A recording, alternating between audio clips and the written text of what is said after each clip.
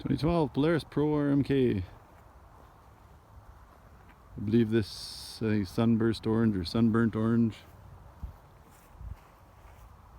I believe that was a snow check model.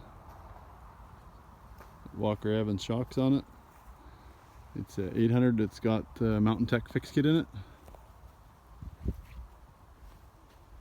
It looks literally like new.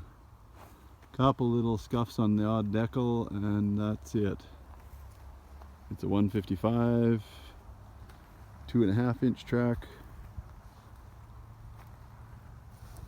Somebody's polished the tunnel at one time, but it's kind of a little bit faded out now, but